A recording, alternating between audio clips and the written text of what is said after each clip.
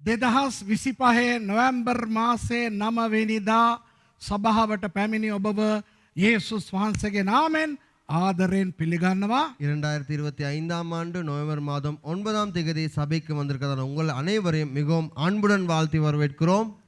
A warm welcome to all of you who have come to Bellwood for this worship service today, the 9th of November, year 2025. එවැගේම අන්තර්ජාලය ඔස්සේ අපත් සමග එකතු වෙන්නා වූ ඔබවත් இயேசுஸ் වහන්සේගේ நாமයෙන් ආදරෙන් පිළිගන්නවා. அதே போல நேரிலும் சம்பந்தப்படுற உங்களையும் இயேசு கிறிஸ்துவின் நாமத்தினாலே அன்புடன் வாழ்த்தி வரவேற்கிறோம். And also a very warm welcome to those of you who are joining us from all over the world. Today is the 9th of November 2025. අද නොවැම්බර් මාසේ 9 වෙනිදා 2025. இன்று நவம்பர் மாதம் 9ஆம் தேதி 2025. ඇයි මන් දෙපාරක් මේ දිනේ කියන්නේ? நான் ஏன் 2 தடவை இந்த திகதியை கூறுகிறேன்? Why do I repeat the date twice?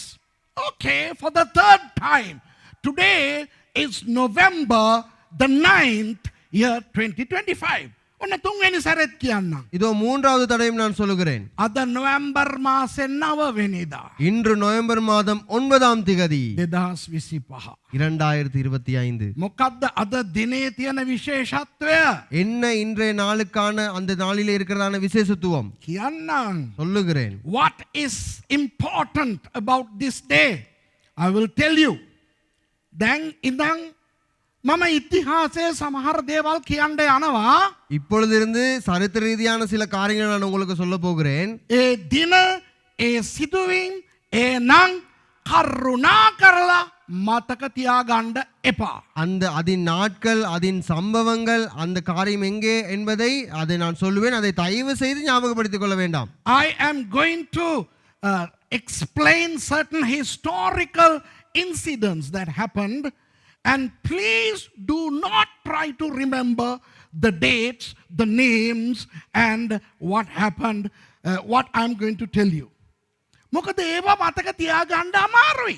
ஏனென்றால் அவைகளை ஞாபகம் வைத்துக் கொள்வது கடினம். It is difficult for one to remember. ඒතර ඕගොල්ලෝ අහන්න පුළුවන්. ඒතර ඔයයි මතක තියාගන්නේ. அப்ப நீங்க என்ன எடுத்துக்கலாம்? அப்ப நீங்க ஏன் ஞாபகம் வச்சிருக்கீங்க? You may ask, okay Suresh, why are you remembering those days? Well, that's my business. I love it. I remember it. If you want, try it out. But you will have to kill yourself to remember these things.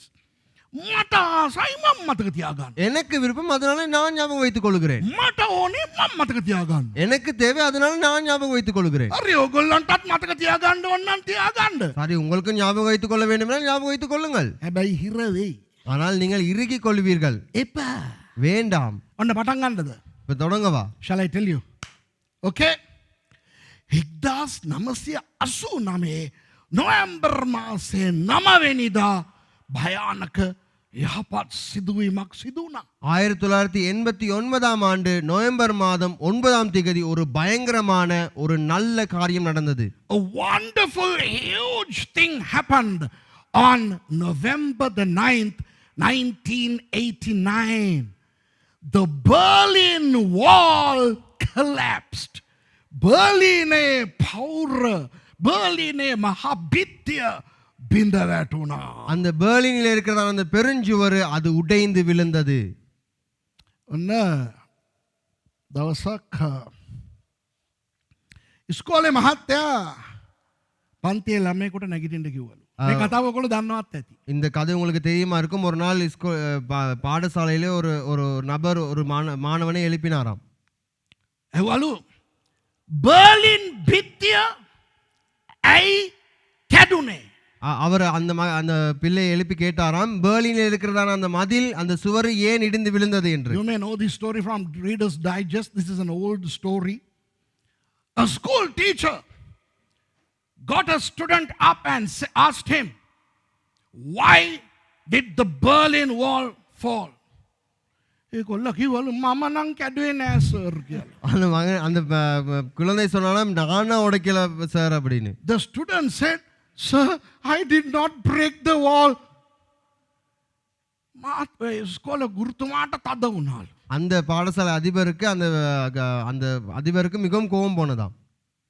වහම හෙට මේ තාත්තා වැවිලා මාව හම්බෙන්න කියපන්. உடனடியாக 4 தினத்தில் உன்னுடைய தகப்பனை வந்து என்னை சந்திக்க சொல் என்று சொன்னாராம். The teacher really got mad and he told the student, your father must come tomorrow to meet me. පවදා තාත්තා අපම ගුරුතුමා කිව්වලු මොනවද හලෝ ළමයි හදන්නේ බර්ලින් පවුරයි බින්ද වැටුණ කියලා අහනකොට මම කැඩුවේ නැහැ කියලා කියනවා. என்ன என்ன நீங்க பிள்ளை வளர்க்குறீங்க, இப்ப பிள்ளை இடத்துல கேட்டா பெர்லின் மதில் ஏன் உடைந்து விழுந்ததுன்னு கேட்டால் நான் உடைக்கலன்னு சொல்றான். The teacher asked the father, how have you educated your child? I asked him, how did the Berlin Wall fall?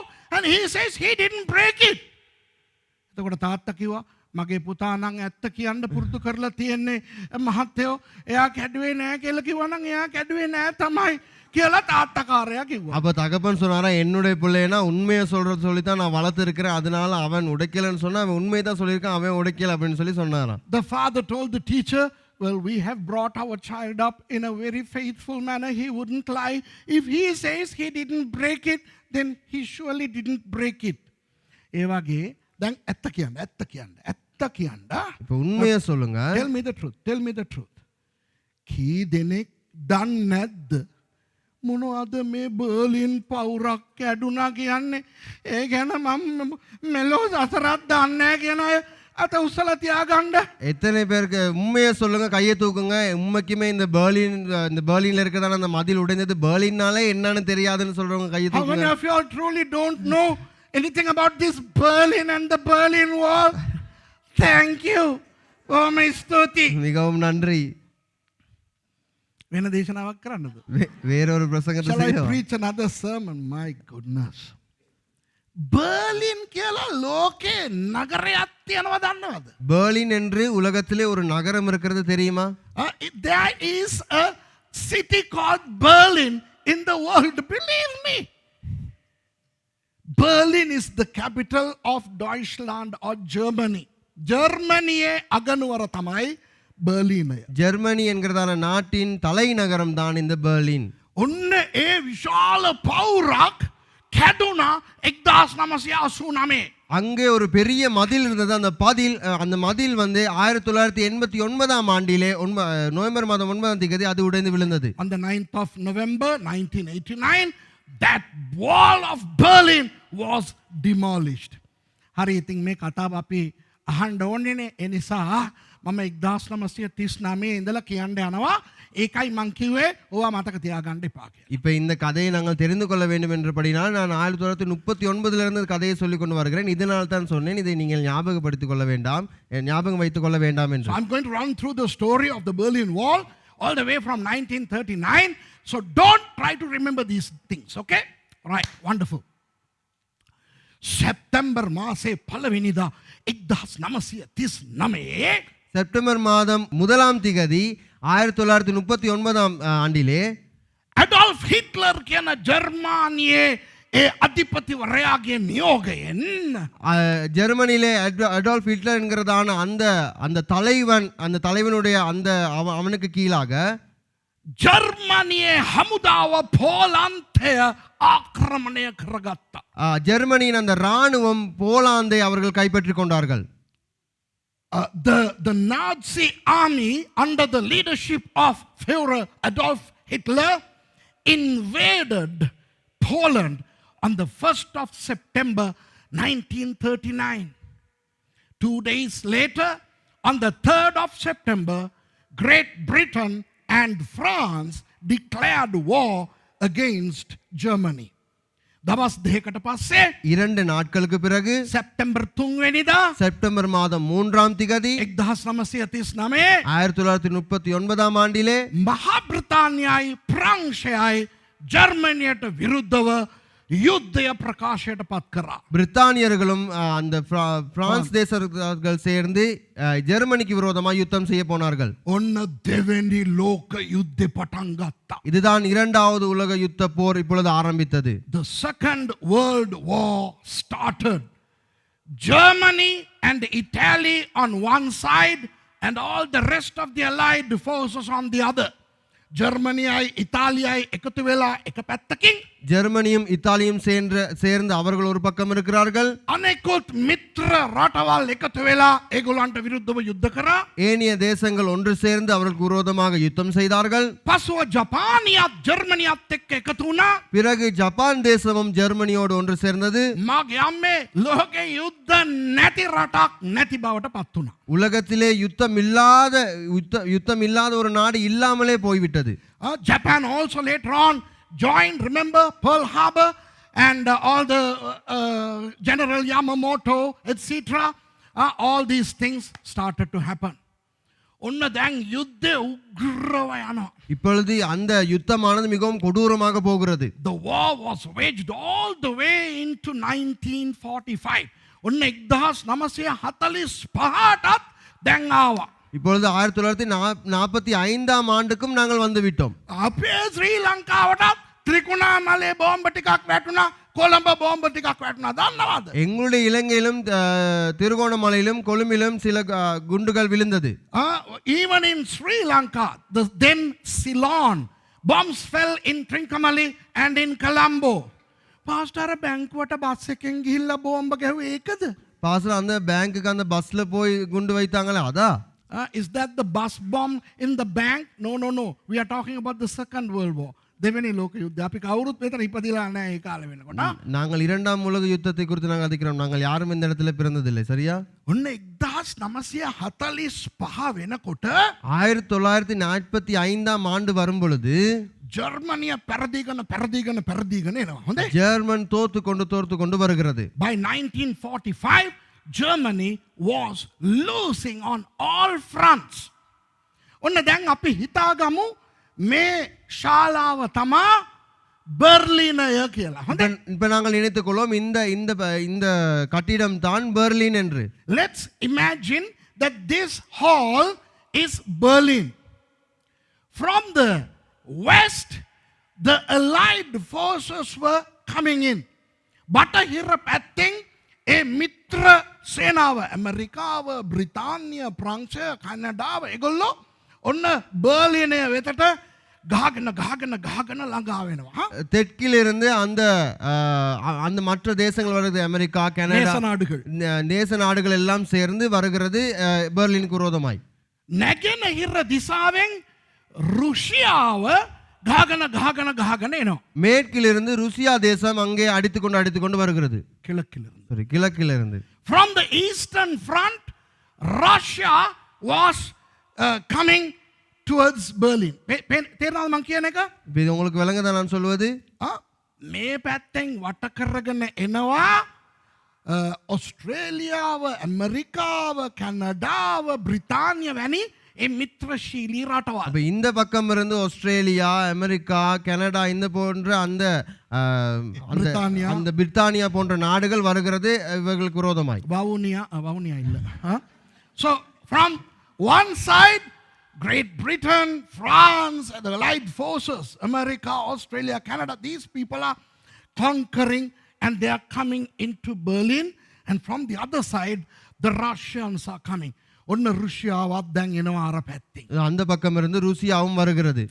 Adolf Hitler Berlin வல கொட்டு වෙලා. இப்ப அடால்ஃப் ஹிட்லர் அந்த பெர்லினில் அவர் இருக்கிறார். Adolf Hitler was cornered in Berlin. ඔක මොනවද දන්නවද අන්තිමට කරේ? அவன் என்ன தெரியுமா செய்தான் கடைசியாக? ஏப்ரல் 29 වෙනිදා ஏப்ரல் மாதம் 29ஆம் திகதி උගේ ලේලියෙක් හිටියා ඒවා බ්‍රවුන් කියලා. அவருடைய ஒரு மருமகள் இருந்தார் ஏவா பிரவுன் என்று. එයාව බංකරය තුල කසාද බැන්දා. அந்த பங்கருக்குள்ள அந்த மருமகளை திருமணம் செய்தான். எங்கட சனத்துக்கு பங்கர் என்றால் தெரியுமில்லை. என்னடா நீ ஹோதாரி, என்ன ஹோதாரி குளாறுகிறான். You know, Adolf Hitler married his niece Eva Braun. The next day, 30th of April 1945, Adolf Hitler committed suicide. ඔන්න 1945 අප්‍රේල් 30 වෙනිදා Adolf Hitler වෙඩි තියාගෙන මැරුණා. 1945ஆம் ஆண்டு ஏப்ரல் மாதம் 30ஆம் திகதி கடைசியாக அடால்ஃப் ஹிட்லர் தன்னை சுட்டுக் கொண்டு மரித்தான். මම ඒකනේ කිව්වේ මේ දින මතක තියාගන්න එපා කියලා අවුල් නේ. நான் தான் சொன்னேன் இதை ஞாபகம் இந்த நாட்களை ஞாபகம் வச்சுக்கொள்ளாதீங்க அது குழப்பமாகும். That's why I told you don't remember these dates, right?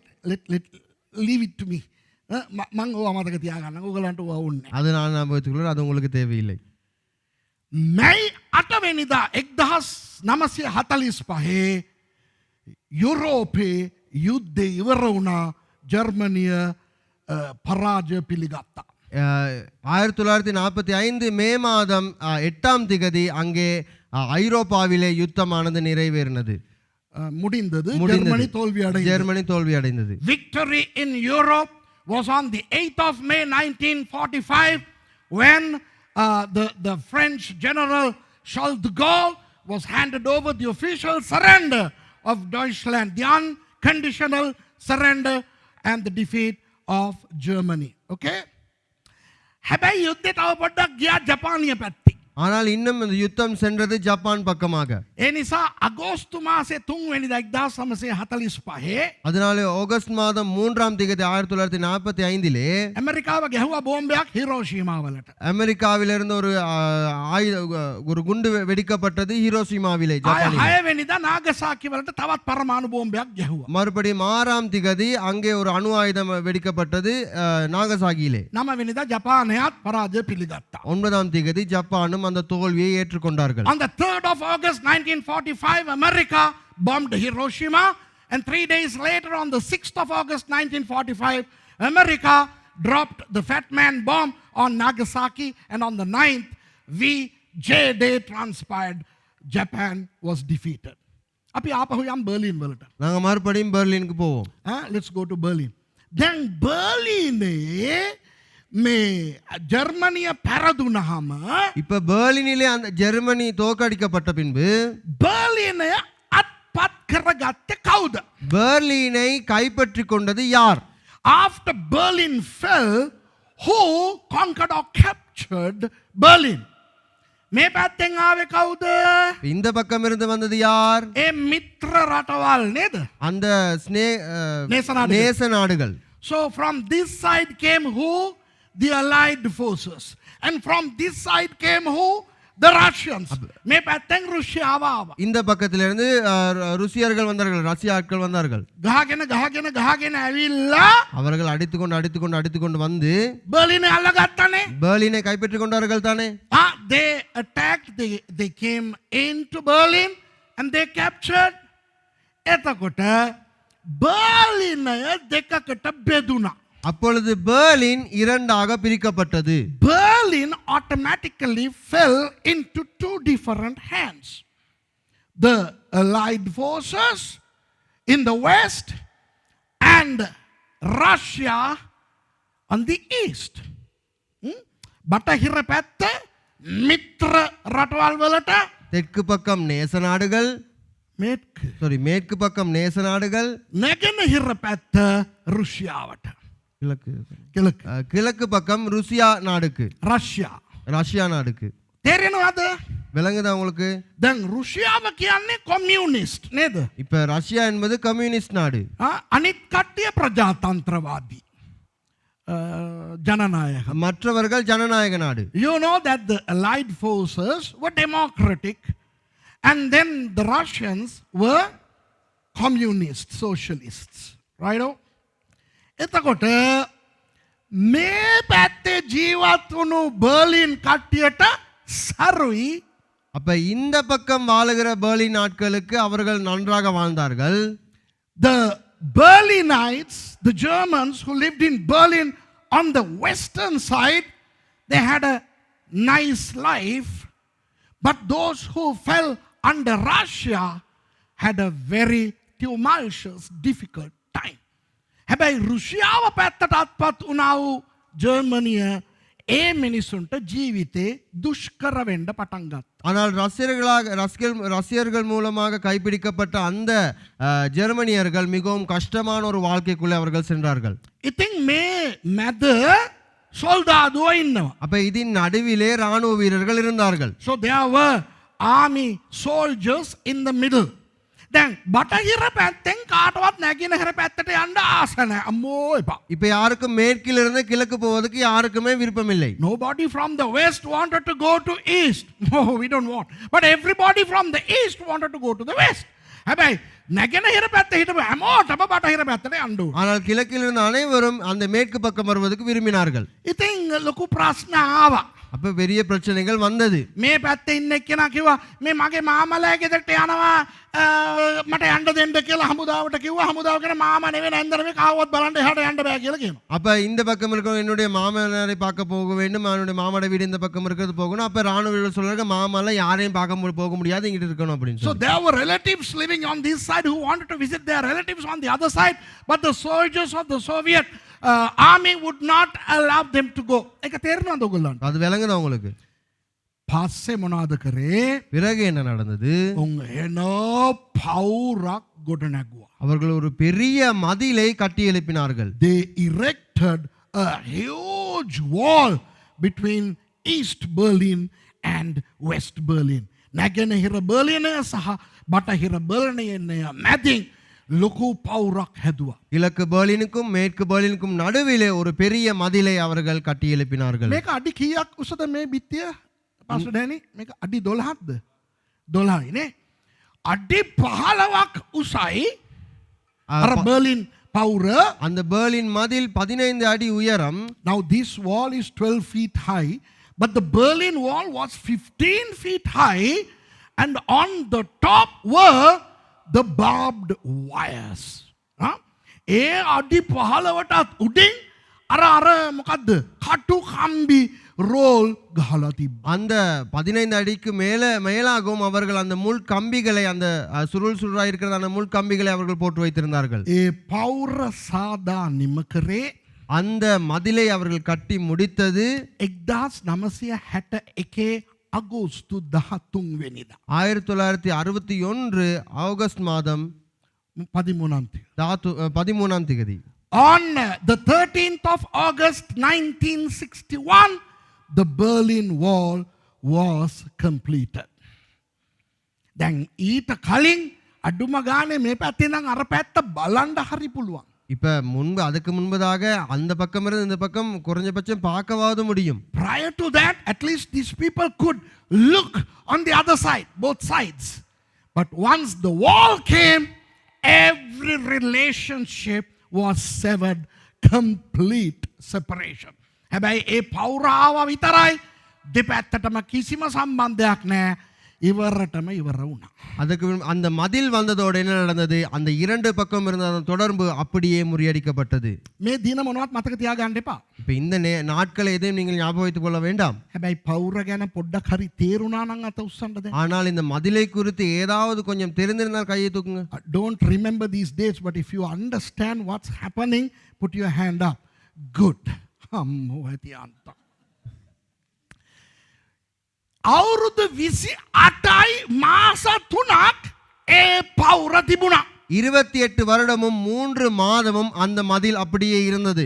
The wall stood for 28 years and 3 months. And finally, subsequent to the collapse of the Soviet Union in the late 80s, in 1989, November the 9th, the entire wall was broken. Soviet communist Soviet වැටුණා. அந்த Soviet என்கிற அந்த communist அப்படியே அவர்கள் விழுந்தார்கள், அவர்கள் வீழ்ச்சியை பெற்றுக்கொண்டார்கள். ඊට පස්සේ ඔන්න 1989 නොවැම්බර් මාසේ 9 වෙනිදා ඔන්න බර්ලින් පවුර බිඳ වැටුණා. அதற்கு பின்பதாக 1989ஆம் ஆண்டிலே நவம்பர் மாதம் 9ஆம் தேதி මම ඉන්නේ කොහමද හිතන්නේ? நவம்பர் மாதம் 9ஆம் தேதி அந்த மதில் உடைக்கப்பட்டது. මේක තමයි මගේ දේශනාවේ හැඳින්වීම. இதுதான் என்னுடைய பிரசங்கத்தின் அறிமுகம். This is the introduction for my sermon. Suresh, aren't you going to preach from the Bible? Pastor, මේවා බයිබලෙන් දේශනා කරන්නේ නැද්ද? பாஸ்டர் நீங்க இந்த வேதத்துல இருந்து பிரசங்கிக்க மாட்டீங்களா? කරන්නම් පොඩ්ඩක් මේක අහලා ඉඳා. அது செய்ய போகிறேன். இதே கொஞ்சம் நீங்க செவி கொடுத்துருங்க.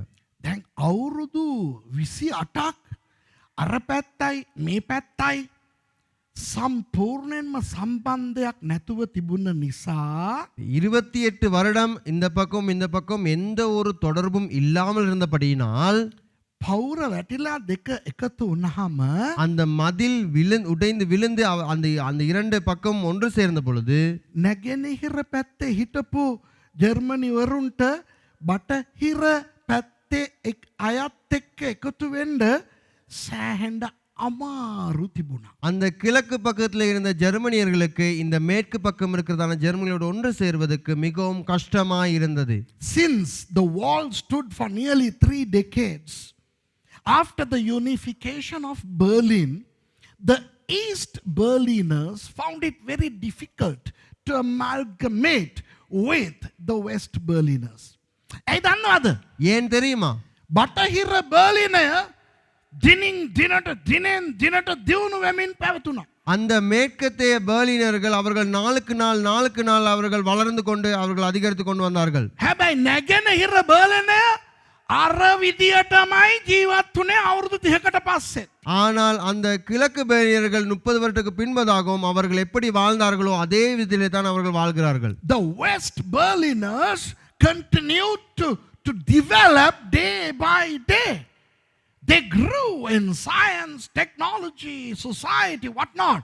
But the East Berliners were stagnated in the communist dilemma.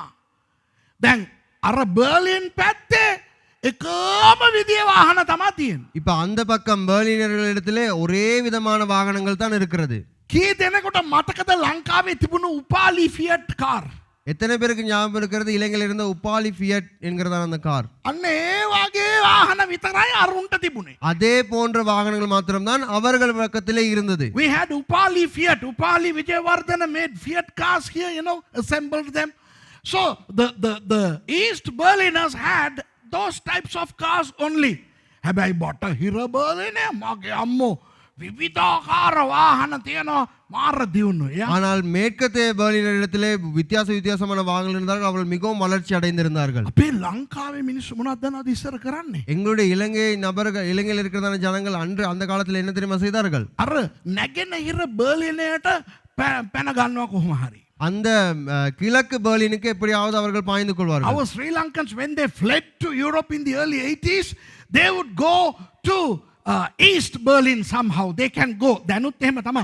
දැනුත් කට්ටිය රුමේනියාවට අරහෙම යනවානේ. இப்பொழுதும் ருமேனியா போன்ற நாடுகளுக்கு அதிக பேர் போகிறார்கள் தானே. මේ ඔයගලන්ට කවුරු හරි කිව්වනම් මේ මම රුමේනියාවට යනවා කියලා இப்ப யாராவது ஒன்று சொன்னால் நான் ருமேனியாவுக்கு போகிறேன் என்று බොහෝ අය යන්නේ බටහිර යුරෝපයට පනින්න. அதிக பேர் போவது அந்த கிழக்கு யூரோப்புக்கு பாய்வதற்கு. கிழக்கு யூரோப்புக்கு. கிழக்கு ஐரோப்பாவுக்கு. තේරෙනවද? ඉතින් ඒ වගේ බර්ලිනයට පනිනවා. அதே போல அவர்கள் அந்த பெர்லினுக்கு பாய்வார்கள். ඊට පස්සේ කෝච්චියේ මුන් යනවා බටහිර පැත්තට. அதுக்கு முன்பதாக அந்த ட்ரெயினிலே அவர்கள் மேற்கு பெர்லினுக்கு வருவார்கள். So they travel in train from East Berlin to the West. අර බෝඩරේ ගාවට එනකොට அந்த அந்த மதில் அருகே வரும் பொழுது borderக்கு வரும் பொழுது මුන් සීට් අස්සේ හැංගිලා මෙහෙම බුදිය ගන්නවා. මොකද අර හමුදාවේ කට්ටිය එනකොට පේන්නේ නැතුව ඉන්න. அவர்கள் அந்த சீட்டுக்கு அடியிலே ஒளிந்து கொள்வார்கள். ஏனென்றால் அந்த ராணுவ வீரர்கள் வரும் பொழுது அவர்களுடைய கண்களுக்கு மாட்டாமல் இருப்பதற்கு. So in the border these Sri Lankans hide under the seats inside the restrooms, WC. மாட்டு உணாம விஹிலு கතාවක් ඒගොල්ලෝ කියනවා.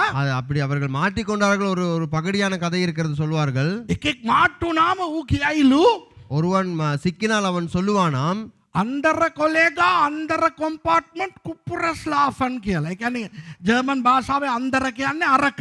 කොලේගා කියන්නේ යාළුවා. අන්දර මගේ අනිත් යාළුවා අනිත් කොම්පාර්ට්මන්ට් එකේ කුපුර නිදි කියලා කොහොම හරි ඌවත් පාවලා දෙන්න හදනවා කියලා විහිළු කතාවක් තියෙනවා. තේවල ඉන්න කල තේවෙල. දැන් 1989 නොවැම්බර් 9 මේ බිත්තිය වැටුණට 1989 நவம்பர் மாதம் 9ஆம் தேதி இந்த மதில் உடைந்து விழுந்ததற்கு මේ පැත්තේ හිටපු මිනිස්සුන්ට ඒගොල්ලන්ගේ හිතේ නිර්මාණය වෙලා තිබුණු බිත්තිය කැඩෙන්න හුඟක් කල් ගත වුණා. இந்த பக்கம் வாழ்ந்த அந்த ஜனங்களுக்கு அவர்களுடைய இருதயங்களிலே அந்த அவர்கள் வடிவமைத்து கொண்ட அந்த சுவரானது அது உடைந்து விழுவதற்கு அநேக நாட்கள் எடுத்தது. Although the real wall of Berlin was demolished in 1989, the 9th of November, the wall that the East Berliners had constructed in their hearts took decades to collapse. Now that's all taken care of. දැන් ඒ දෙපැත්ත හරි. இப்பொழுது அந்த இரண்டு பக்கம் நன்றாக இருக்கிறது. එහෙනම් දැන් දේශනාවට එන්නද මා? அப்ப நான் இப்பொழுது பிரசங்கத்துக்கு வரவா? Shall I come into the sermon now? Turn with me to Ephesians chapter 2 and read verse 14. எபேசியர் 2:14 බලන්න. හොඳේ? ඔන්න එපිසර් 2:14. இரண்டாம் அதிகாரம் 14ஆம் வசனத்தை பாருங்கள். කියවන්න කොටක් ගාලා ගත්ත කෙනා. வாசிங்கள். කවුද පාස්ටර් මහේෂ්ද කියවන්න යන්නේ? දෙමළෙන් කවුද කියවන්න යන්නේ? තමිழ்ல யார் வாசிக்க போறா? right, okay. කියවන්නකෝ 14 කියවන්න. මක්නිසාද වෙන් කිරීමේ මැද බිත්තිය බිඳ දමා ඒ සතුරුකම නැමැති නියෝගවල අන්තර්ගත වූ ආඥාවල ව්‍යවස්ථාව තමන්ගේ මාංශයෙන් නැතිකොට දෙගොල්ලෝ එක්කල උන්වහන්සේම අපේ සමාදානයව සිටිනසේක. Wonderful. எப்படியெனில் அவரே தம்முடைய சமாதானக்காரனாராகிய இறந்தாரையும் ஒன்றாக்கி இருதரத்தாரையும் ஒன்றாக்கி பகையாக நின்ற பிரிவினையாகிய நடுச்சுவரை தகர்த்து சட்ட திட்டங்களாகிய நியாய பிரமாணத்தை தம்முடைய மாமிசத்தினாலே ஒழித்து இருதிரராரையும் தமக்குள்ளாக ஒரே புதிய மனுஷனாக சிருஷ்டித்து இப்படி சமாதானம் பண்ணினார். Yes, in English please. For he is our peace, who hath made both one, and hath broken down the middle wall of the partition between us, having abolished in his flesh the enmity, even the law of commandments contained in ordinances, for to make in himself of twain to man, so making peace. Making peace.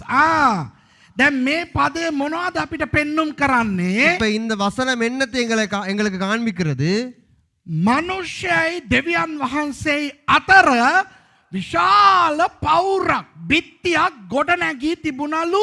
மனுஷனுக்கும் தேவனுக்கும் இடையிலே ஒரு பெரிய ஒரு மதில் கட்டியெழுப்பப்பட்டிருக்கிறதாம். These verses show that between man and God was a huge wall of separation. Eden උයනේ තමා ඒ පවුර ගොඩ නැගුණු ලැබුවේ.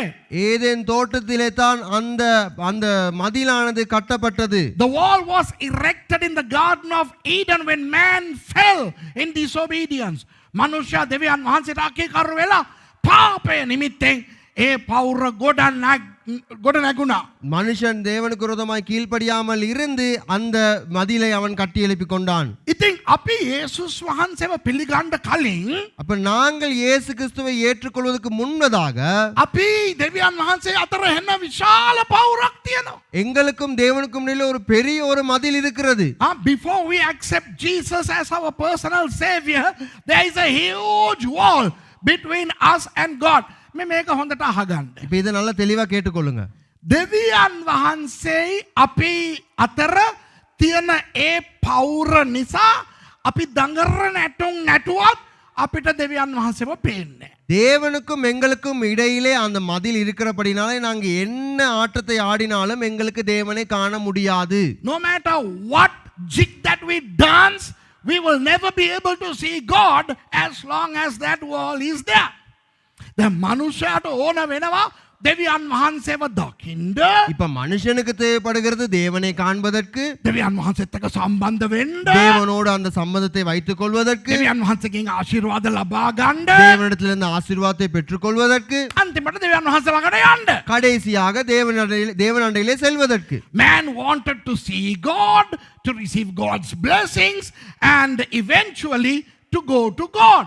ඒ නිසා බිත්තිය මෙහා පැත්තේ ඉඳගෙන அதனால அந்த மதிலுக்கு இந்த பக்கம் இருந்து கொண்டு දර්ශනවාද නිපදවනවා. அந்த தத்துவங்கள் தத்துவங்களை அவர்கள் உருவாக்குகிறார்கள், ආගම් නිර්මාණය කරනවා, மதங்களை உருவாக்குகிறார்கள், හොඳ වැඩ කරනවා, நல்ல கிரிகளை செய்கிறார்கள். මාගේ දෙයනේ අවුරුදු දහස් ගණන් තිස්සේ මනුස්සයා දඟර නැටුම් නටන්නේ. பல ஆயிரம் வருடக்கணக்காக மனுஷன் மிகவும் கஷ்டப்பட்டு கொண்டிருக்கிறான் இந்த காரியங்களுக்காக. For thousands of years, man tries to establish philosophies, establish religions, and do good things, this, that, and the other, to try to reach God. මම කියන්නේ පෞර තියනකම් දෙවියන් වහන්සේ ළඟට කාටවත් එන්න ගියා දෙවියන් වහන්සේව දැක ගන්නවත් බැහැලු. நான் சொல்லுகிறேன் அந்த மதில் இருக்க வரைக்கும் தேவன் நண்டையில யாருக்கும் போகவும் முடியாது, அவரை பார்க்கவும் முடியாது. As long as the wall is there, nobody can come to God, nobody can see God, let alone come to God. There is no other. යක්ෂයා මොනවද කරන්නේ? பிசாசானவன் என்ன செய்கிறான்? පෞර ළඟ ඉඳගෙන මල්ටිමීඩියා පින්තූරු පෙන්නනවා අපි. அவன் அந்த மதிலில் இருந்து கொண்டு மல்டிமீடியாவில் இருந்து அந்த படங்களை காட்டிக் கொண்டிருக்கிறான். The devil shows he projects a multimedia presentation from the wall. දැන් ඕගොල්ලෝ මෙහෙ බලනකොට බිත්තියක් පේනවනේ. බිත්තියක් පේනවනේ. இப்ப நீங்கள் இதை பார்க்கும் பொழுது ஒரு சிவர் விளங்குறது தானே. இந்த லைட் ஆஃப் කරන්න ටක් ගාලා. දැන් මේ බිත්තියක් පේනවා. இப்போ ஒரு செவர் உங்களுக்கு விளங்குறது. You know, you can see a wall here. හැබැයි මල්ටිමීඩියා එකේ පින්තූරයක් දාපුවාම ஆனால் அந்த மல்டிமீடியால இருந்து ஒரு படத்தை நாங்கள் போட்டால் බිත්තිය පේනවද? அந்த சிவர் விளங்குதா? නෑ. இல்லை. පේන්නේ මල්ටිමීඩියා එකෙන් පෙන්නන එක. அது அதிலே விளங்குவது அந்த மல்டிமீடியால இருந்து என்னத்தை காண்பிக்கப்படுகிறதோ அது. When the multimedia screen is not on, you can see the wall. But when the multimedia presentation is on, you no longer see the wall, you see what the presentation shows. Then light එක දාන්න.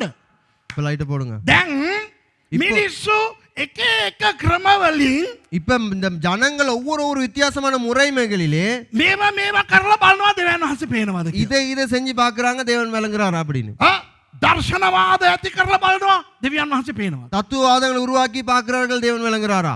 ආගම් නිර්මාණ කරලා බලනවා දෙවියන් වහන්සේ පේනවද? மதங்களை உருவாக்கி பார்க்கிறார்கள் தேவன் விளங்குறாரா என்று. හොඳ වැඩ ඒවා කරලා බලනවා දෙවියන් වහන්සේ පේනවද කියලා. நல்ல காரியங்களை செய்து பார்க்கிறார்கள் தேவன் விளங்குறாரா என்று. Man tries to establish a philosophy and looks at the wall to see if God is seen. Then he creates a new religion and tries to look to God. And then he does good things and he tries to see God. ඔගොල්ලෝ කියන දෙවියන් වහන්සේ පේනයිද?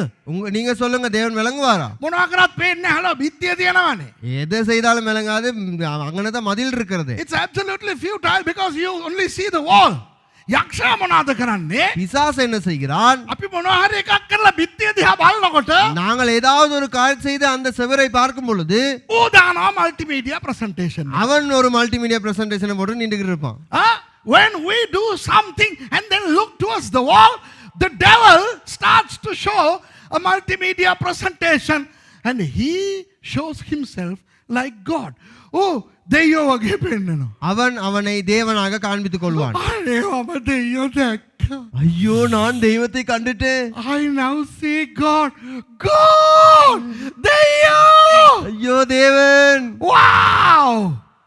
ඇත්ත දෙවියන් වහන්සේ කොහෙද ඉන්නේ? உண்மையான தேவன் எங்கே இருக்கிறார்? බිත්තිය එහා පැත්තේ. அந்த மதிலுக்கு அந்த பக்கம். The real God is on the other side of the wall. But these foolish people think they now have communication and contact with God. මේ මෝඩ මිනිස්සු මොනවද කරන්නේ? මේගොල්ලෝ දෙවියන් වහන්සේත් එක්ක සම්බන්ධයි කියලා හිතාගෙන මැරෙනවා. இந்த முட்டாள் ஜனங்கள் என்ன செய்கிறார்கள்? அவர்கள் தேவனோடு உறவை ஏற்படுத்திக் கொண்டார்கள் என்று நினைத்துக் கொண்டு அப்படியே மறிக்கிறார்கள். සැබෑ දෙවියන් වහන්සේව දකින්න නම් ஜீவனுள்ள தேவனை நாங்கள் காண வேண்டும் என்றால் පෞර කැඩෙන්න ඕනේ හලෝ. அந்த மதில் உடைய வேண்டும். If you want to see the real God, the wall must collapse. බයිබලයේ කියනවා යේසුස් වහන්සේලු ඒ පෞර බිඳ හෙළුවේ. வேதம் சொல்லுகிறது அந்த மதிலை உடைத்தது இயேசு கிறிஸ்து என்று. The Bible says in Ephesians 2:14 that Jesus broke the wall. එතකොට අපි යේසුස් වහන්සේව පිළිගන්නකොට அப்பொழுது நாங்கள் இயேசு கிறிஸ்துவை ஏற்றுக்கொள்ளும் பொழுது යේසුස් වහන්සේ පෞර බිඳ දමනවා. இயேசு கிறிஸ்து அந்த மதிலை உடைக்கிறார். අපි දෙවියන් වහන්සේව දකිනවා. நாங்கள் தேவனை காண்கிறோம். When we accept Jesus, he demolishes the wall and then then we are able to see God. ඒ නිසා ක්‍රිස්තියානිකාරයාට දෙවියන් වහන්සේම පේනවා. அதனாலே கிறிஸ்தவர்களுக்கு தேவன் விளங்குகிறார். ක්‍රිස්තියානිකාරයා දෙවියන් වහන්සේත් එක්ක සම්බන්ධයි. கிறிஸ்தவர்கள் தேவனோடு சம்பந்தப்பட்டு கொண்டிருக்கிறார்கள். කොහොම මැරුණත් කමක් නෑ. අපි මැරුණා නම් දෙවියන් වහන්සේ ළඟට යනවා. எப்படி மறித்தாலும் பரவாயில்லை, நாங்கள் மறித்தால் தேவனண்டையிலே போய்விடுவோம். හරිද? சரியா? So Christians, we now see God. We are in communication and contact with God. And it doesn't matter how we die. When we die, we go to God.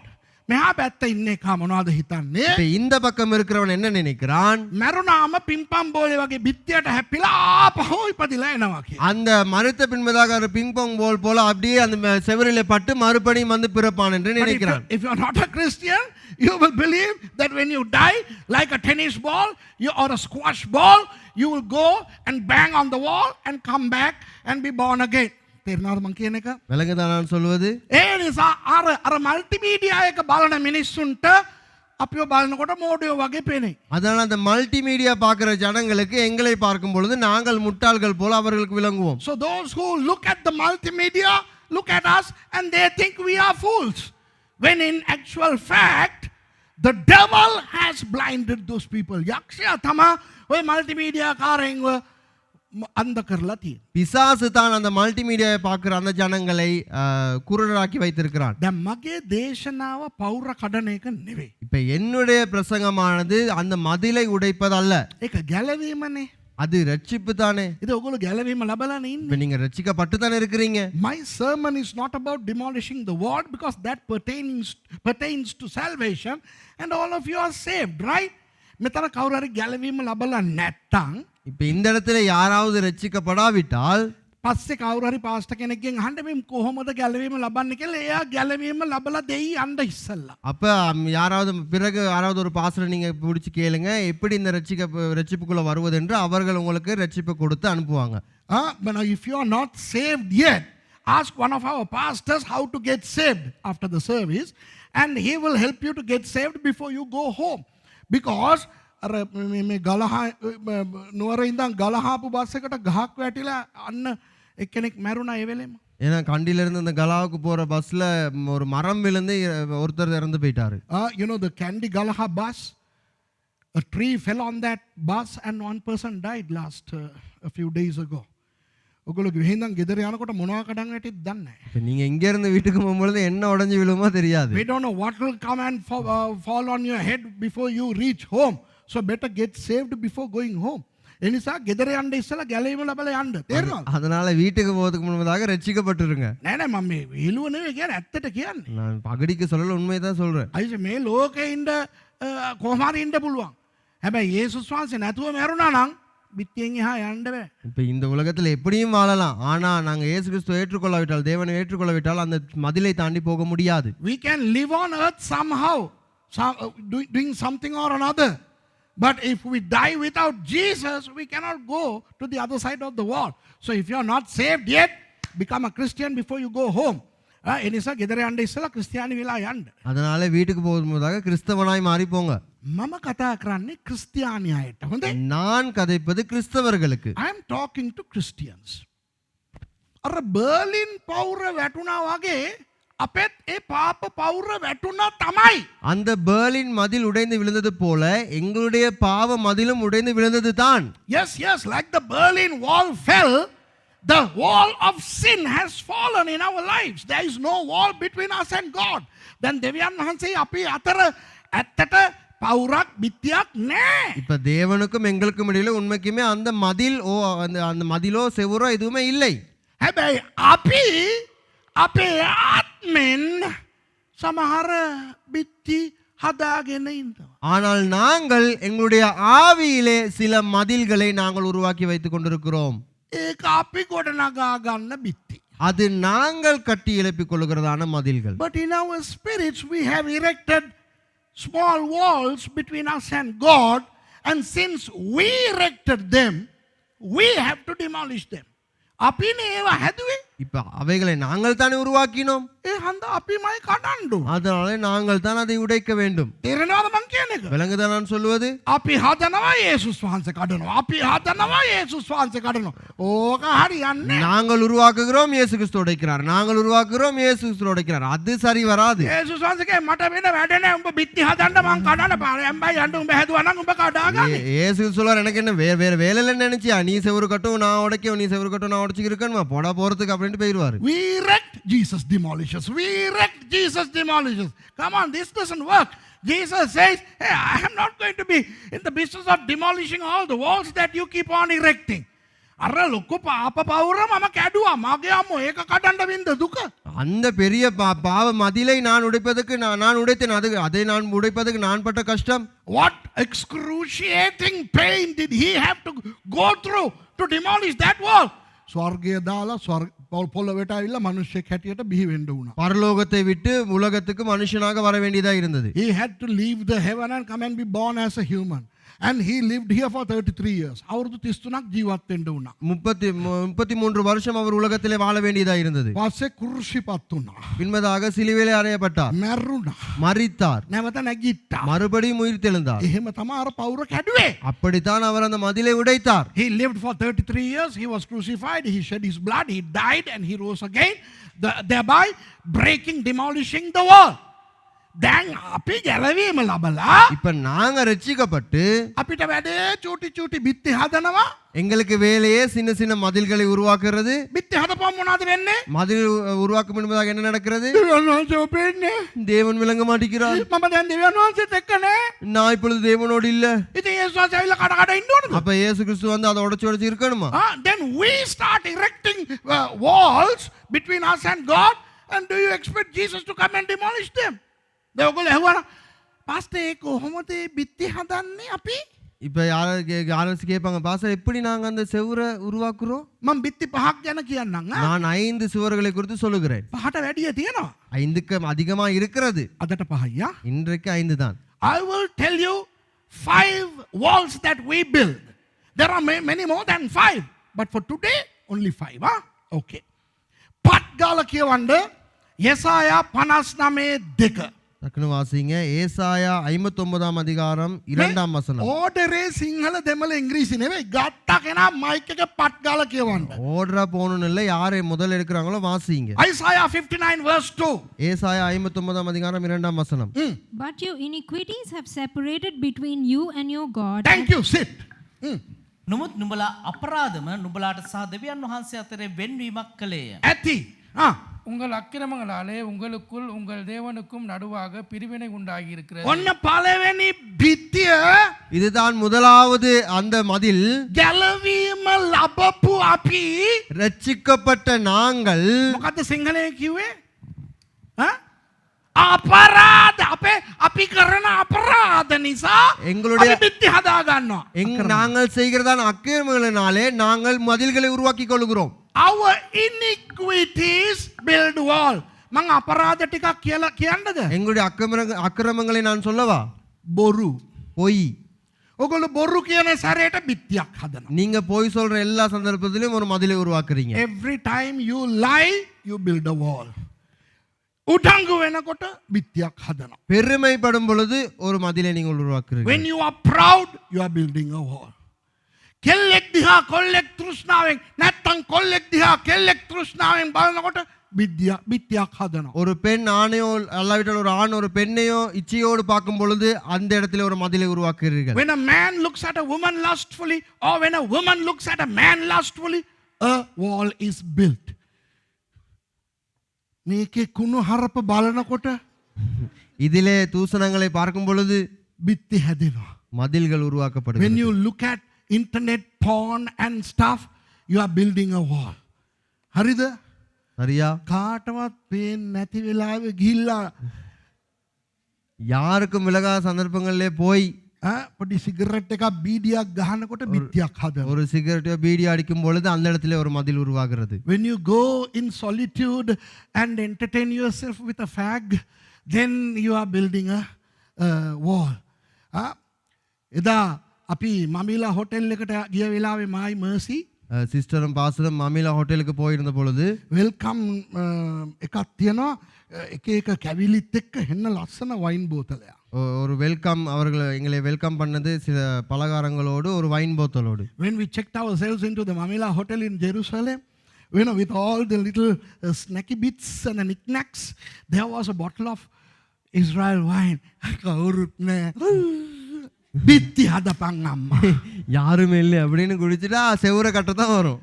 So when you know, drink alcohol, nobody may see you, but then you are building a wall. තේරුණාද? விளங்குதா? අපි අපේ අපරාධ නිසා අපි බිත්ති හදාගන්න. நாங்கள் எங்களுடைய அக்கிரமங்கள் நிமித்தம் நாங்கள் மதில்களை கட்டிக்கொள்கிறோம். So we keep on building walls through our iniquities. ඉතින් කොහොමද දෙවියන් වහන්සේව දකින්නේ? அப்ப எப்படி தேவனை நாங்கள் காண்பது? දෙවියන් වහන්සේ මා දිහා බලන්නේ. தேவன் என்னை பார்க்கவே மாட்டேங்கிறார். බලන්නේ ඔයි පේන්නේ තමුසේ. பார்ப்பதல்ல விளங்குறதுல உனக்கு விளங்க மாட்டேங்குது. තමුසේ බිත්ති හදාගත්තම දෙවියන් වහන්සේ පැනගෙන ඇවිල්ලා බලන්නේ. நீ மதில கட்டிக்கிட்டா தேவன் வந்து பாஞ்சி பார்க்கவா உனைய? God is not helpful.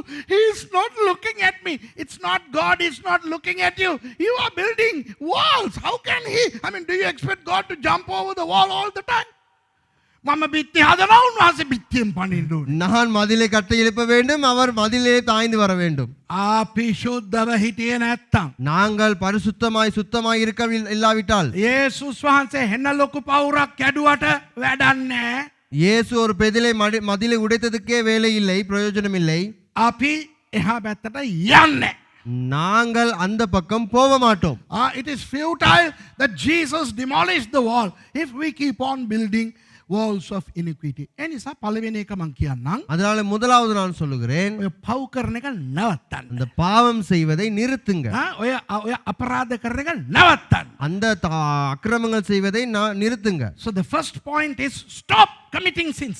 Stop committing iniquities. And if you have done anything, for heaven's sake, repent in your heart before you leave home today. මොකක් හරි වැරදි කරලා තිබ්බනම් දෙවියන් වහන්සේගෙන් සමාව ඉල්ලගෙන ගෙදර යන්න. ஏதாவது தவறு செய்திருந்தால் தேவனிடத்திலே மன்னிப்பை பெற்றுக்கொண்டு வீடு திரும்புங்கள். තේරෙනවද? නැත්තම් බස් එක උඩ අරක වැටුනම ඕගොල්ලෝ මැරෙයි මම බස් එක හදනවා. ඒක වෙනයි. இல்லாட்டி நீங்க போயிருக்கீங்கன்னா பஸ் மேல மரம் விழுந்து நீங்க போயிட்டா பஸ் உடனே நான் செஞ்சுக்கிருவேன். When the tree falls on the bus roof, I will repair the bus. Right? But you will go to hell. So better repent. පසුතැවෙන්න. மனம் திரும்புங்கள். දෙවෙනි එක இரண்டாவது ගීතාවලිය 38:4. சங்கீதம் 38ஆம் அதிகாரம் 4ஆம் வசனம். Psalm chapter 38:4. Another kind of wall. ඔන්න තවත් බිත්තියක්. කියවන්න පට්. Yeah, read. For mine iniquities are gone over mine head, as in heavy burden, they are too heavy for me. මක්නිසාද මාගේ අයුතුකම මාගේ හිස වසා නැංගේ. ඒවා අධික බරක් මෙන් මට ඉතා බරවි. என் அக்கிரமங்கள் என் தலைக்கு மேலாக பெருகிற்று. அவைகள் பாரச்சுமையைப் போல என்னால் சுமக்க கூடாதாக பாரமாயிற்று. මේ මොනවද දන්නවද? இது என்ன தெரியுமா? අපි ක්‍රිස්තියානිකාරයෝ අපරාධයක් කරලා நாங்கள் கிறிஸ்தவர்கள் ஒரு அக்கிரமத்தை செய்து අපි ඇත්තට ඒක තේරුම්ගෙන நாங்கள் உண்மையாகவே அதை அறிந்து புரிந்து පසු තැවුනා නම් மனம் திரும்பினால் දෙවියන් වහන්සේ අපිට සමාව දෙනවනේ. தேவன் எங்களுக்கு மன்னிப்பை தருகிறார் தானே. ඊට පස්සේ අපිත් ඒක අමතක කරලා දාන්න ඕනේ. அதற்கு என்பதாக நாங்களும் அதை மறந்து விட வேண்டும். You know, when we commit a sin or an iniquity, then we realize we are convicted and then we repent and we receive forgiveness. Once we are forgiven, we must forget it. සමහර ක්‍රිස්තියානි අය சில கிறிஸ்தவர்கள் මම කොච්චර පසු තැවුනත් මං කරපු වැරද්ද ලොකුයිනේ ගාගෙන ඉන්නවා. நான் எவ்வளோ மனம் திரும்பினாலும் நான் செய்த தவறு அது பெரிது தானே என்று ඒ சொல்லியிருக்காங்க. කොහොමද දන්නවද? அது எப்படி தெரியுமா? Yeah, you know, some people, you know, even after they are forgiven, they're always retrospecting on what they did. මේ පුතේ අර සපත්තු දෙක දියම් පුතේ මට. ස්වාමීන් වහන්සේ මට සමාව දුන්නා. ஆண்டவர் எனக்கு மன்னிப்பை கொடுத்தார். God has forgiven me. Miguel පොඩ්ඩක් අයින් යන්න. ඒ වුණාට මං ඉස්සර කරපු පාපේ කියලා ඒවා උස්සලා පිටිපස්සට දාලා දාලා දාලා පවුරක් හදාගන්න. நான் முன்பு செய்த பாவம் என்று அதை பின்னுக்கு போட்டு போட்டு பாரத்தை அதிகரித்துக் கொள்கிறாங்க. Do you understand? Guilt.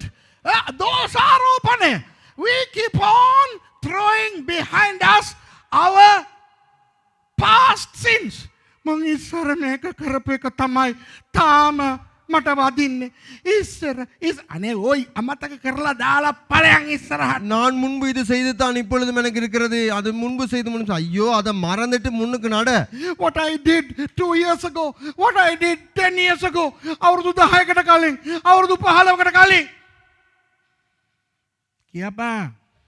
10 வருடத்துக்கு முன்பதாக, 15 வருடத்துக்கு முன்பதாக.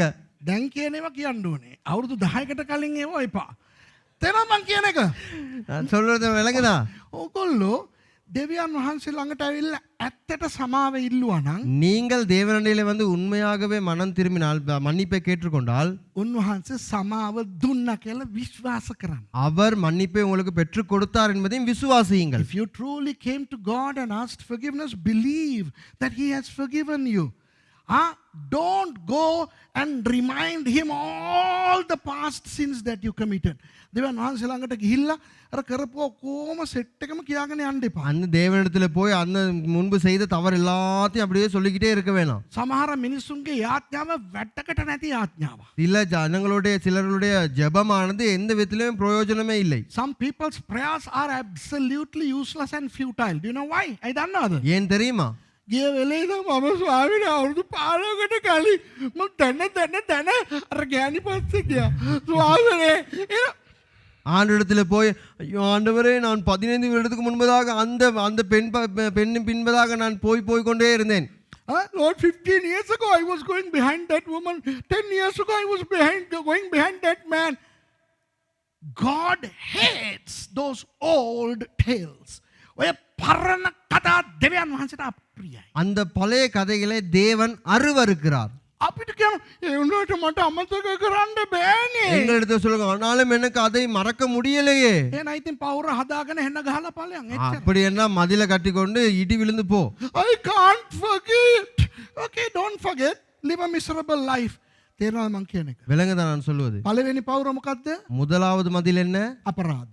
எங்களுடைய அக்கிரமங்கள். The first wall, iniquities. The second walls, remembering the guilt all the time. හැම වෙලේම අර පරණ දේ මතක් කරගෙන ඉන්නේ. இரண்டாவது எந்த நேரமும் அந்த பழைய காரியங்களை ஞாபகம் வைத்துக் கொள்வது. තුන්වෙනි එක மூன்றாவது මතෙව් 6:14 කියනවා. மத்தேயு 6ஆம் அதிகாரம் 14ஆம் வசனம் சொல்லுகிறது. Matthew 6:14. There is a very serious wall that we build. භයානක පවුරක් අපි හදනවා. ටක්කල ஒரு කියවන්න. பயங்கரமான மதிலை நாங்கள் கட்டுகிறோம். For if ye forgive men their trespasses, your heavenly Father will also forgive you. Enough. මක්නිසාද නුඹලා මනුෂ්‍යයන්ට උන්ගේ වරද කමා කරන්නේ වුනම් නුඹලාගේ ස්වර්ගීයයන් වහන්සේ නුඹලාටත් කමා කරනසේක. மனுஷனுடைய தப்பிதங்களை நீங்கள் அவர்களுக்கு மன்னித்தால் உங்கள் பரமபிதா உங்களுக்கு மன்னிப்பார். ඔය සමාව දීම තියෙනව නේද? இந்த மன்னிப்பு கொடுத்தல் இருக்கிறது தானே? ඒක ඉතා වැදගත්. அது மிகவும் முக்கியமானது ஒன்று. Forgiving people is very important. අපිට තියෙන ප්‍රශ්නේ මොනවද දන්නවද? எங்களுக்கு இருக்கிற பிரச்சனை என்ன தெரியுமா? එයා සමාව ඉල්ලුවොත් මම දෙනවා. அவர் மன்னிப்பை கேட்டால் நான் கொடுப்பேன். If he asks forgiveness, I will forgive. කී දෙනෙක්ද ඇවිල්ලා සමාව ඉල්ලන්න යන්නේ කියන්නේ? எத்தனை பேர் வந்து உங்களிடத்துல மன்னிப்பு கேட்பாங்க சொல்லுங்க? How many people are going to come and apologize to you? What if they never come? Are you going to live in unforgiveness? ඇවිල්ලා සමාව ඉල්ලුවේම නැත්තම් அவர்கள் வந்து மன்னிப்பை கேட்காமலே இருந்தால் චිත්තකමේ මැරෙන්න යනවද? அந்த கசப்பிலே நீங்கள் மறிக்க போகிறீர்களா? යේසුස් වහන්සේ උතන කිව්වේ නෑ. இயேசு கிறிஸ்து அந்த இடத்துல சொல்லவில்லை ඒ අය ඇවිල්ලා සමාව ඉල්ලලා ඔබ සමාව දුන්නොත් කියලා. அவர்கள் வந்து உங்களிடத்திலே மன்னிப்பை கேட்டு நீங்கள் மன்னிப்பை கொடுத்தால் என்று அந்த இடத்துல சொல்லவில்லை. Jesus doesn't say here, when those people come and ask forgiveness, you forgive and then the Father will forgive you. No. උන් ඇවිල්ලා අහනවද නැද්ද? කවුරු හරි ඔයගලන්ට විරුද්ධව දේවල් කරා නම් සමාව දීගෙන යන්න.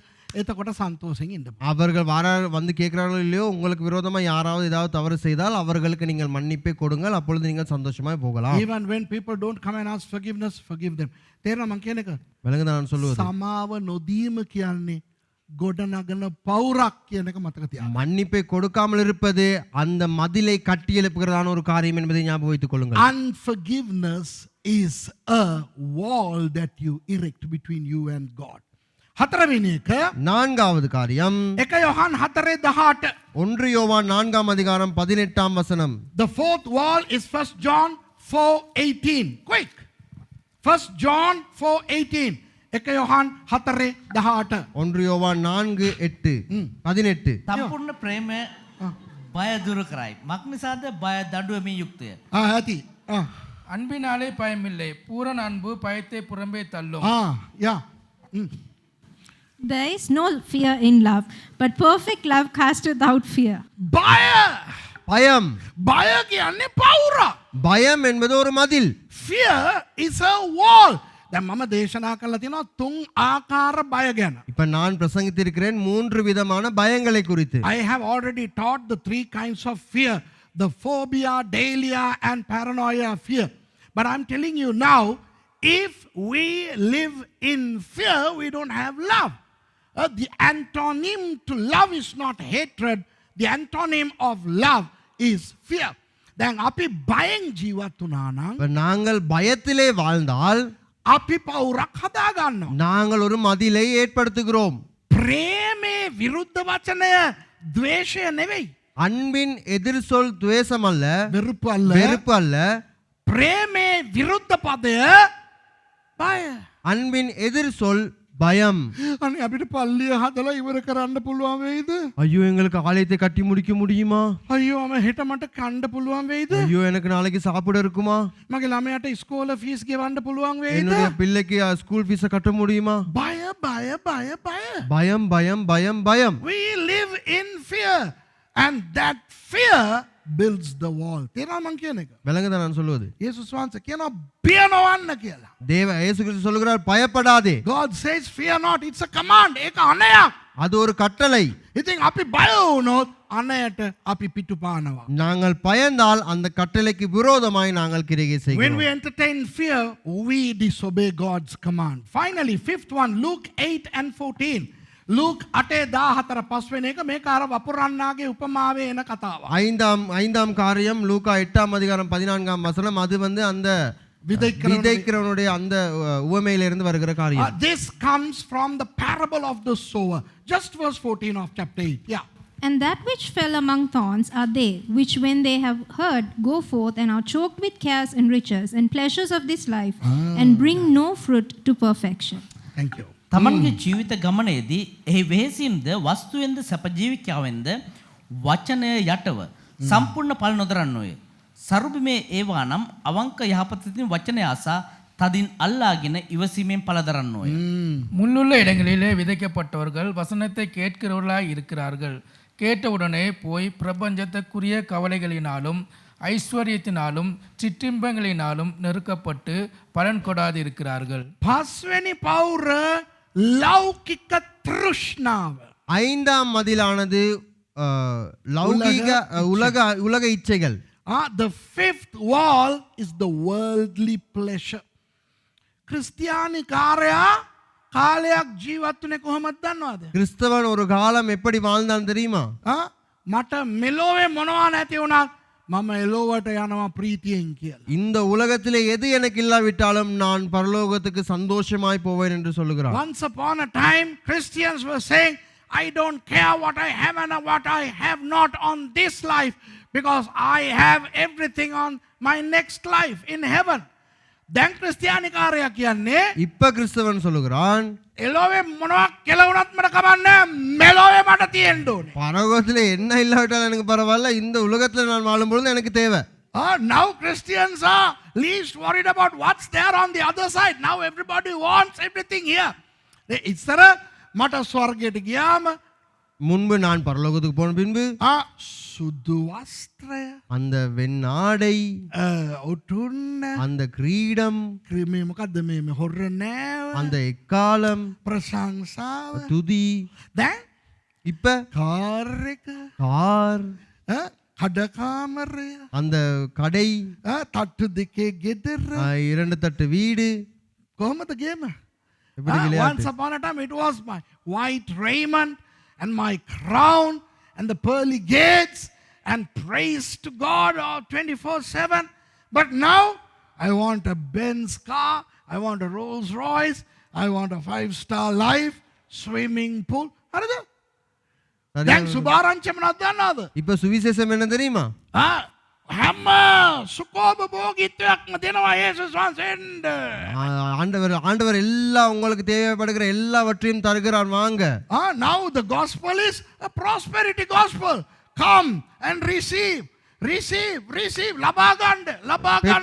பெற்றுக்கொள்ளுங்க. මගේ දෙයනේ ලෞකික තෘෂ්ණාව බිත්ති හදා ගන්නවා. உலக இச்சையிலே அவர்கள் மதிலை கட்டிக்கொள்கிறார்கள். ලෞකික තෘෂ්ණාව ආකර්ෂණශීලී මල්ටිමීඩියා පින්තූරයක් දාලා තියෙනවා බිත්තියේ. உலக இச்சையானது அது மிகவும் கவர்ச்சிகரமாய் எங்களை காண்பிக்கிறதான அந்த மல்டிமீடியா அந்த போட்டோவை காண்பிக்கிறது அந்த மதிலிலே. ඇවිත් බලන්න. வந்து பாருங்கள். මෙන්න දාපම් පුතේ බලපන්. அது போடுடா அந்த பாருங்கள் அப்படின்னு சொல்லுவாங்க. Come and see multimedia wonderful. இந்த அம்மா தெரியல நான் கேனேங்க. விளங்குதா நான் சொல்லுவது? මම කියන්නේ ලෞකික තෘෂ්ණාව නැති කරගන්න. நான் சொல்வது உலக இச்சையை அகற்றிக் கொள்ளுங்கள். Demolish, destroy the wall of worldly lust. දෙවනස කතා කරාද? தேவன் கதைத்தாரா? යේසුස් වහන්සේ පාපය නැමැති පවුර බිඳ හෙළුවට இயேசு அந்த பாவம் என்கிறதான மதிலை அதை உடைத்ததற்கு අපි පවුරු හදා ගන්නවා. நாங்கள் மதில்களை கட்டி எழுப்புகிறோம். Although Jesus has demolished the wall of sin, we are erecting walls. ඒ පහ මොනවද? அந்த ஐந்தும் என்ன? පළවෙනි එක අපේම වැරදි අපේම පාප. முதலாவது எங்களுடைய தவறு எங்களுடைய பாவம். Number 1, our iniquities, our sins. So stop sinning. පව් කරන එක නවත්තන්න. அதனால பாவம் செய்வதை நிறுத்துங்கள். සමාව ඉල්ල ගන්න. மன்னிப்பை பெற்றுக்கொள்ளுங்கள். Receive God's forgiveness. Number 2, இரண்டாவது when you receive the forgiveness, stop talking about it. Don't live in guilt. සමාව ලබා ගත්තද සන්තෝෂෙන් ඉදිරියට යන්න. අර පරණ කතා කර පවුරු හදන්න එපා. மன்னிப்பு பெற்றுக்கொண்டீர்களா? சந்தோஷமாக முன் செல்லுங்கள். அந்த பழைய காரியங்களை கதைத்து நீங்கள் மதிலை உருவாக்கி கொள்ள வேண்டாம். 3, மூன்றாவது ඔයගලන්ට වැරදි කරන අය ඇවිල්ලා සමාව ඉල්ලනකම් ඉන්න එපා. සමාව දෙන්න. உங்களுக்கு தவறு செய்த யாராவது மன்னிப்பை உங்களிடத்தில் வந்து பெற்றுக்கொள்ளும் வரைக்கும் நீங்கள் இருக்க வேண்டாம். அவர்களுக்கு மன்னிப்பை கொடுங்கள். 3, don't wait till people come and say sorry. Just keep on forgiving. Or unforgiveness is a wall that you build. කමානු කිරීම යනු බිත්තියක් කියලා. மன்னிப்பை கொடுக்காதது ஒரு மதிலாய் இருக்கிறது. 4වෙනි එක, நான்காவது බය වෙන්න එපා, කැළඹෙන්න එපා. අපි ගායනා කරනවා. பயப்பட வேண்டாம், கலக்கமடைய வேண்டாம் என்று நாங்கள் பாடுகிறோம். බය වෙන්න එපා, කැළඹෙන්න එපා. අයියෝ ඒක වැඩක් නෑ නේ හල. பயப்பட வேண்டாம் என்று அந்த பாடலை நாங்கள் பாடுகிறோம். Fear not, be bold, be strong. Okay? Don't build the wall of fear. බය නැමැති පවුර හදන්න එපා. பயம் என்கிறதான மதிலை நீங்கள் உருவாக்க கொள்ள வேண்டாம். 5, ලෞකික තෘෂ්ණාව අපිට එපා. ஐந்தாவது உலக இச்சை வேண்டாம். We don't need the pleasures of the world. God will meet all our needs according to his riches in glory. ස්වාමීන් වහන්සේ අපේ අවශ්‍යතාවයන් සපුරාලනවා. தேவன் எங்களுடைய அனைத்து தேவைகளையும் அவர் சம்பூர்ணமாய் பார்க்கிறார். උන්වහන්සේ අපිට ඕන දේ දෙන්න අවශ්‍ය දේ දෙනවා. அவர் எங்களுக்கு தேவையான காரியத்தை அவர் எங்களுக்கு தருவார். ඒ නිසා අපි දෙවියන් වහන්සේත් එක්ක නොකඩවා සම්බන්ධය තියාගන්න පුළුවන්. அதனாலே நாங்கள் தேவனோடு தொடர்ந்து எங்களுக்கு சம்பந்தத்தை வைத்துக் கொள்ள முடியும். We can continue to have a good relationship with God.